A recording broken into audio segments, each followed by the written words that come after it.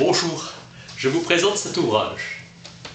Paul Watzlawick, Janet et Mick Bevin donnent Jackson une logique de la communication.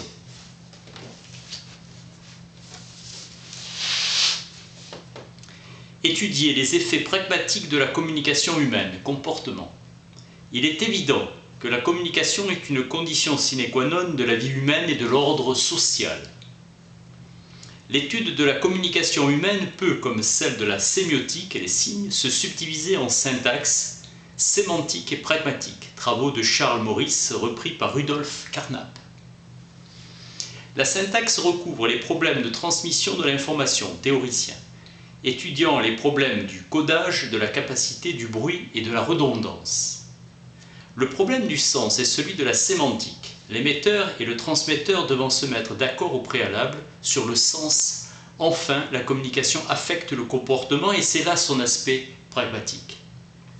Pour George, à beaucoup d'égards, il est vrai de dire que la syntaxe, c'est de la logique mathématique, la sémantique de la philosophie ou de la philosophie des sciences et la pragmatique de la psychologie, mais en fait, ces domaines ne sont pas entièrement distincts. Tout comportement et pas seulement le discours est communication et cela affecte le comportement. En 1591, Viette a introduit la notation symbolique à la place de la notion numérique. Par ce moyen, le nombre conçu comme une grandeur discrète a été relégué au second plan, tandis que naissait le concept si utile de variable, dimension nouvelle de l'information.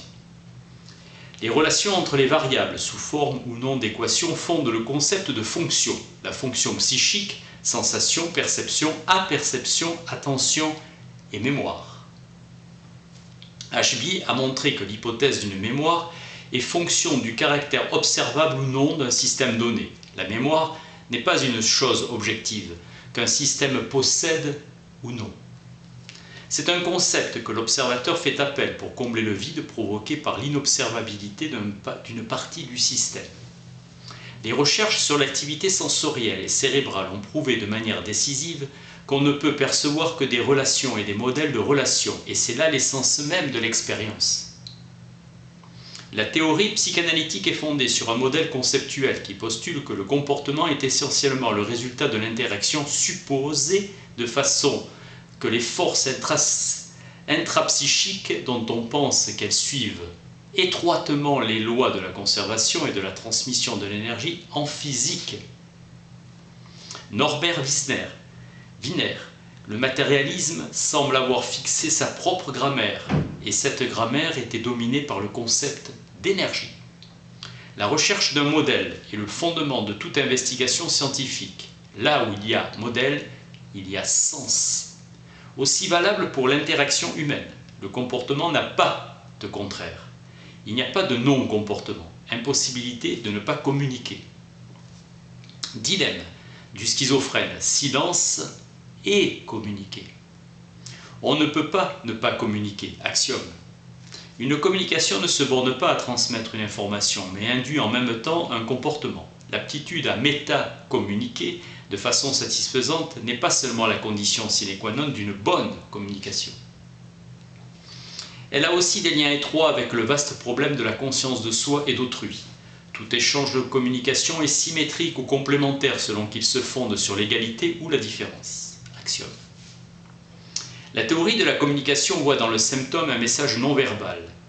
Ce n'est pas moi qui ne veux pas faire ça ou qui le veux. C'est quelque chose qui échappe à ma volonté, par exemple mes nerfs, ma maladie, mon angoisse, ma mauvaise vue, l'alcool, mon éducation, les communistes ou ma femme. Les relations de famille relèvent d'un plan où les règles ordinaires de jugement et de conduite ne s'appliquent généralement pas. C'est un réseau de tensions, de querelles et de réconciliation dont la logique est contradictoire. C'est un monde saturé de souvenirs dont on ne tire aucune leçon, saturé d'un passé qui ne fournit aucune directive pour l'avenir. Dans cet univers, après chaque crise, le temps recommence et l'histoire est toujours à l'année zéro. Arthur Koestler. Le désaccord constitue un bon cadre de référence pour étudier les troubles de la communication, provenant d'une confusion entre contenu et relation. Tout homme a le désir d'être confirmé dans ce qu'il est et dans ce qu'il peut devenir par les autres hommes. aptitude innée de l'homme à répondre aux désirs de ses compagnons humains. Laing cite William James, « Aucun châtiment plus diabolique ne saurait être imaginé de demeurer totalement inaperçu de tous les membres qui la composent. » Déni. Tout objet est spécifié par ses attributs. Si les objets sont les êtres humains, les attributs qui permettent de les identifier dans le système sont leur comportement de communication. Les liens qui unissent les éléments d'un système sont si étroits qu'une modification de l'un des éléments entraînera une modification de tous les autres et du système entier. Un système ne se comporte pas comme un simple agrégat d'éléments indépendants. Il constitue un tout cohérent et indivisible. Son contraire est la sommativité. La conception mécaniste du monde a trouvé son idéal dans la pensée de Laplace, c'est-à-dire dans l'idée que tous les phénomènes sont en fin de compte des agrégats résultats d'actions fortuites d'unités physiques élémentaires. Ludwig van Bertalanffy. Le concept psychologique de Gestalt n'est qu'une manière d'exprimer le principe de non-sommativité. Les séquences de communication doivent être considérées comme inséparables les unes des autres. L'interaction est non sommative. Un comportement fondé sur l'équifinalité est l'une des caractéristiques les plus importantes des systèmes ouverts, surtout par comparaison avec les systèmes clos. Dans toute communication, les partenaires s'offrent mutuellement une définition de leur relation. Chacun d'eux cherche à déterminer la nature de la relation qui les unit. Chacun d'eux réagit en fonction de sa définition de la relation qui ne peut confirmer, rejeter ou modifier celle de l'autre. Jackson introduit le concept d'homéostasie familiale, quand l'état mental d'un particulier s'améliore et sont répercutés dans la famille du malade mental, dépression, ramenant le système perturbé à son délicat équilibre. Dans une famille, le comportement de chacun des membres est lié au comportement de tous les autres et en dépend. Tout comportement est communication, donc il influence les autres et est influencé par eux, amélioration ou aggravation. Des entrées d'informations, input, c'est-à-dire des actions des membres de la famille ou du milieu introduites dans le système familial, agissent sur ce système et sont modifiées par lui.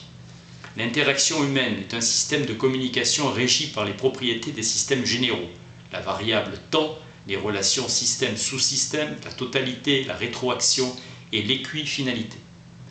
Gregory Bateson a défini la psychologie sociale comme l'étude des réactions des individus aux réactions d'autres individus. Le processus de rétroaction correspond à la symétrie et à la complémentarité.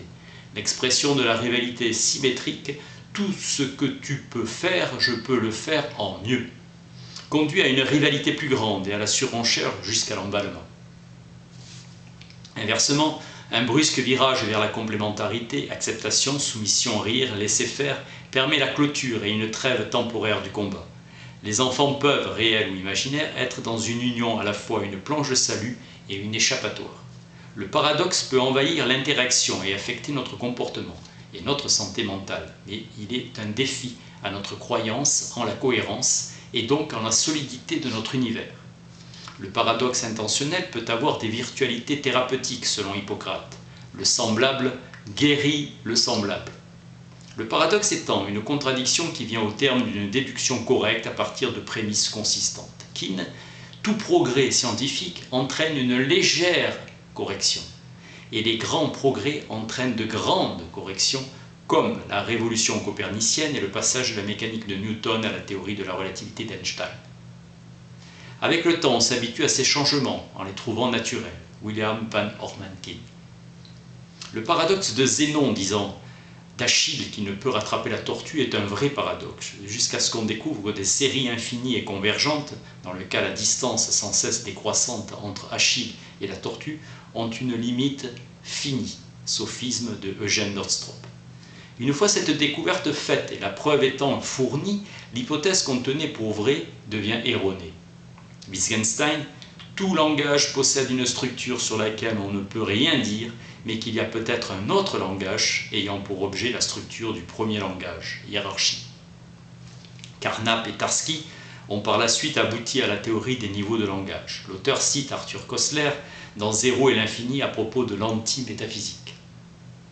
Puis cite Sigmund Freud face à la Gestapo, qui lui demande de signer une déclaration qu'il avait été bien considéré par la Gestapo, en échange de son visa de sortie.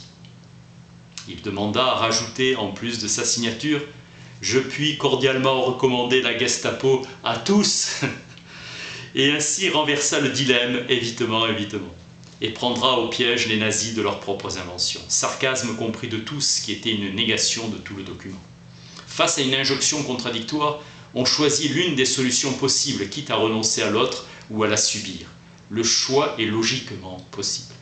Par contre, l'injonction paradoxale est une seule alternée infinie, est alors déclenchée. Même les animaux se montrent sensibles aux effets du paradoxe. Un paradoxe est une contradiction logique venant au terme d'une déduction cohérente, à partir de prémices correctes, logico-mathématiques, sémantiques et pragmatiques.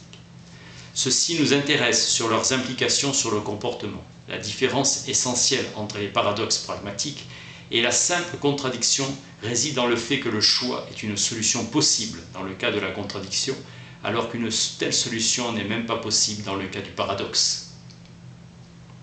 Une injonction paradoxale étant une double contrainte. En psychothérapie, le paradoxe est l'illusion du choix possible. Fickland et Jackson. Pour un schizophrène, il n'y a pas de bon choix. Il se sent condamné, quelle que soit l'option. C'est l'hypothèse elle-même qu'un choix est possible et qu'on doit le faire, qui est une illusion. Il se peut pris au piège. Le thérapeute de l'extérieur peut apporter une modification de ces règles. L'essence de l'intervention consiste à constituer un système nouveau et plus large, exemple mari, femme, thérapeute, et améliore les choses, nouveau jeu relationnel. L'absence de sens, c'est l'honneur du néant existentiel. Pour Gabriel Marcel, la vie est un combat contre le néant. Kierkegaard, je veux aller dans un asile d'aliénés pour voir si la profondeur de la folie ne pourra m'apporter la solution à l'énigme de la vie. Cependant, notre logique ne peut rien connaître en dehors du monde. La logique remplit le monde.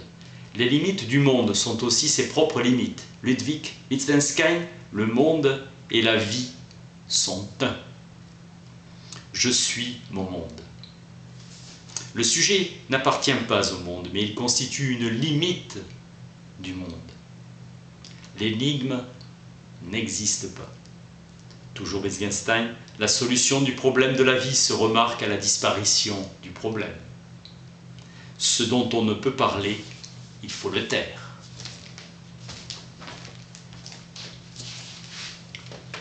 Paul Václavík, Janet Elmyk-Bevin, Don Jackson, une logique de la communication. Merci.